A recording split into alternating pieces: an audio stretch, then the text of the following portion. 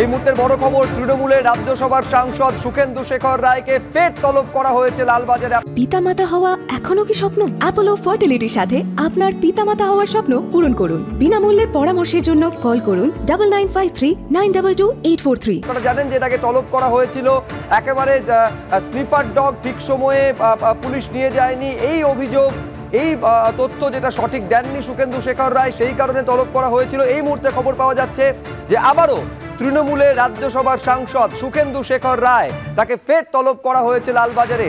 এর আগে পোস্ট করেছিলেন সোশ্যাল মিডিয়ায়, একেবারে কলকাতার যিনি পুলিশ কমিশনার, তাকে হেফাজতে নিয়ে জিজ্ঞাসাবাদের দাবি তুলেছিলেন, যার প্রতিবাদ করেছিলেন কুণাল ঘোষ, এবং যে তথ্য তিনি সুখেন্দু শেখর রায় দিয়েছিলেন সেই তথ্যের প্রেক্ষিতে, অর্থাৎ স্নিফার ডগ ঠিক সময়ে পুলিশ নিয়ে যায়নি, এই তথ্য শেয়ার করার জন্য তলব করা হয়েছিল। এই মুহূর্তের খবর, আবার লালবাজারে সুখেন্দু শেখর রায়কে তলব করা হয়েছে, অর্থাৎ তৃণমূলের রাজ্যসভার সাংসদ, তাকে ফের তলব করা হয়েছে লালবাজারে।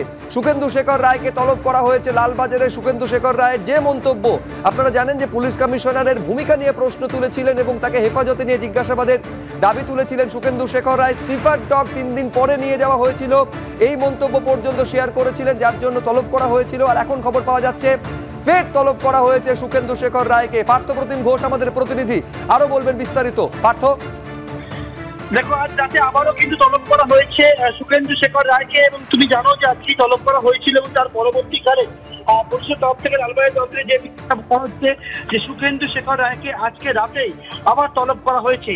এবং তুমি দেখেছো যে সুখেন্দু শেখর রায় তিনি একটি পোস্ট করেছিলেন, এবং যে পোস্টে একবারে বলা হয়েছিল বলে কলকাতা পুলিশের তরফ থেকে বলা হচ্ছে যে আরজিকর হাসপাতালে ডগ স্কোয়াড সেটাকে 3 দিন পরে গিয়েছিল, কিন্তু পুলিশের তরফ থেকে বলা হচ্ছে সেটা রং ইনফরমেশন। এবং তার পরবর্তীকালে কিন্তু পুলিশ একবারে উল্লেখ করে যে 2 দিন ডগ স্কোয়াড সেখানে গিয়েছিল।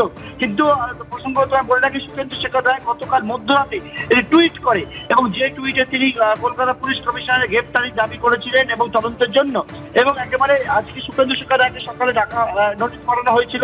এবং তার পরবর্তীকালে পুলিশের তরফ থেকে বলা হচ্ছে যে বিষয়টা, সেটা হচ্ছে সুখেন্দু শেখর রায়কে আজকে রাতে ফের তলব করা হয়েছে।